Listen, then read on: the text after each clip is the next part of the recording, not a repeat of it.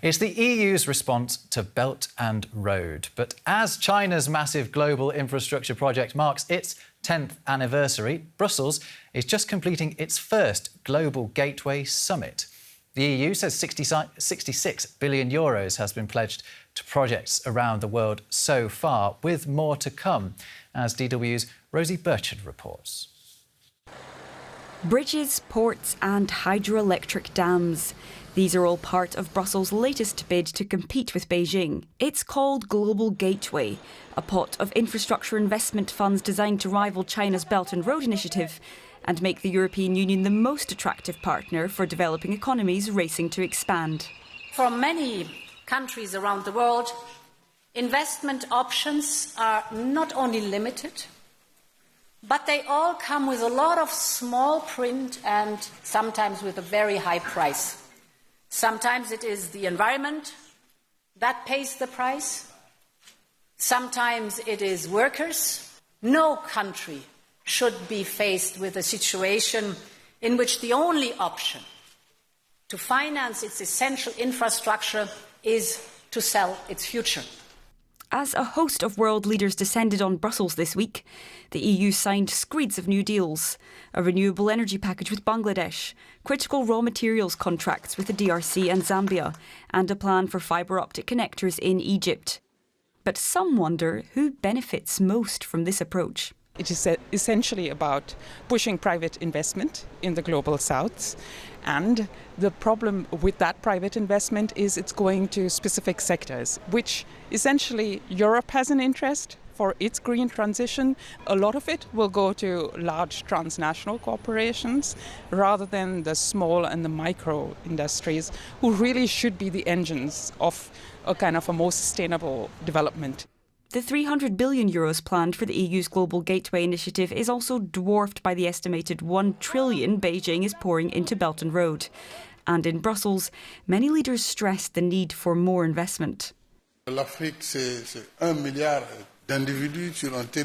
is 1.4 billion individuals on a territory of more than 30 million square kilometres, and we have to do everything. Drinking water, electricity, roads, we need to build it all. The EU, the member states, but above all, the private sector. Through blending and a leverage effect, we can raise much more financing.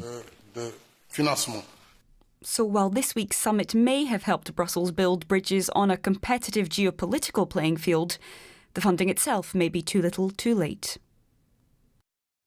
Rosie Birchard with that report there. And actually, Rosie joins us from Brussels now. Rosie, what's the reaction been from leaders gathered where you are this week? Well, it's been a really optimistic approach overall. We heard plenty of the leaders there really trying to sort of sell their country as an investment destination. So, for example, the Prime Minister of Bangladesh gave a speech in which she was talking about her transport links and the geographic location of the country, how that could incentivise investors. Similarly, we heard from Macky Sall, President of Senegal, we heard in that report, talking about the abundant potential resources, clean energy potential of the African continent. Of course, that's important to those leaders because this summit has also included private sector investors. However, there has been a lot of criticism of this initiative over the past couple of years since it was first announced, that it's perhaps a bit unclear, that there isn't a clarity on the governance structures. There was also criticism early on that it was just existing funding being moved about in budgets. And of course, that's something that leaders gathered in Brussels will have hoped has come from this summit, is that there is a clearer path now for investors because, of course, if Brussels really wants to get this scheme off the ground, and we heard that from the leaders that were gathered in Brussels, they really need also private sector investment as well as public funds. And we've talked a lot about how this is the EU really trying to rival China on global infrastructure. I mean, is it succeeding in doing that? Yeah, Rob, it's really the worst kept secret in Brussels. You will never hear the EU officials saying on the record they're trying to rival China, but it's really there in the background of every speech they're making. We heard that from Ursula von der Leyen saying some countries offer loans but with strings attached. So the EU can't really compete when it comes to the financial muscle. We've seen that with this €300 billion approach. That is much less than what China has been offering in terms of its own Belt and Road initiative. But what Brussels is really trying to do is saying this is a values-based approach, that it's offering a different way. And of course, the implication there, the unspoken accusation, is that China has essentially gotten countries into a debt trap through its own Belt and Road initiative investments, although that's something, of course, that Beijing would deny. And this gathering, of course, comes just a week after China was celebrating Belt and Road. How do the two gatherings compare?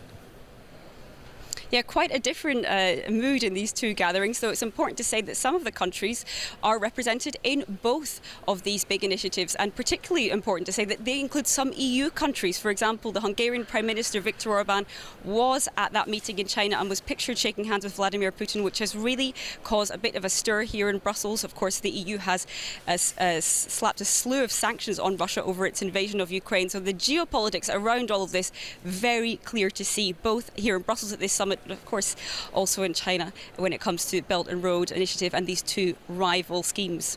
Rosie Birchard in Brussels for us. Thank you very much.